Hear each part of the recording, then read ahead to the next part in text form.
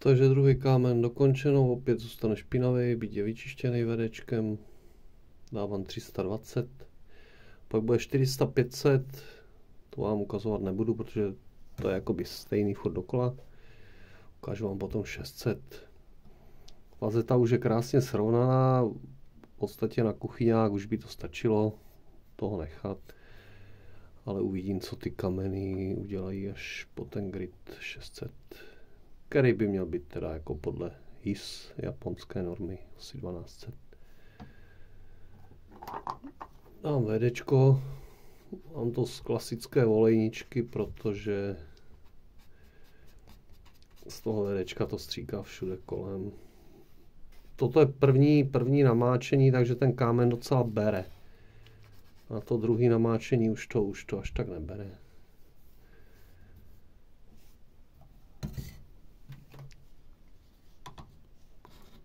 Každý kámen znovu přeměřím úhel, byť oni jsou naprosto stejný. Ale časem už nebudou, tak je dobrý na každém kameni to změnit. Tady není třeba nic změnit, protože ty kameny jsou úplně nový, takže jsou stejně tlustý.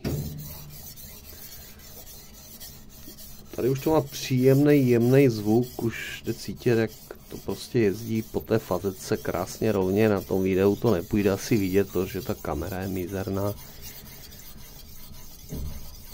A už to má velice příjemný zvuk, už tam nejsou žádný zuby, už je to hladoučky, už to potom klouže. Toto už je velice hezký zvuk. Tady už bych mohl končit, tady tím gritem už bych mohl končit na kuchyňákách. Úplně v pohodě. To už okem už tam nejsou viditelné škrábance.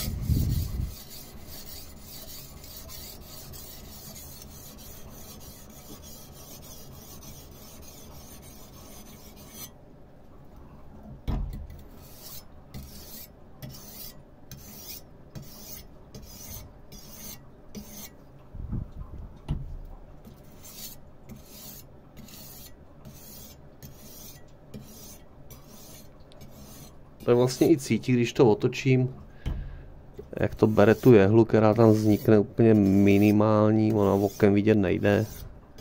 Já tady na to mám kukátko, který má 10krát zvětšení, tím to vidět jde. Ale takhle okem vůbec. Jak jsem říkal, 400-500 natáčet nebudu, pak natočím 600. Pak řeknu nějaký konečný verdikt. Co si o tom myslím. Tenhle ten už se ani nezanáší. Ono čím jemnější, tak tím se méně zanáší.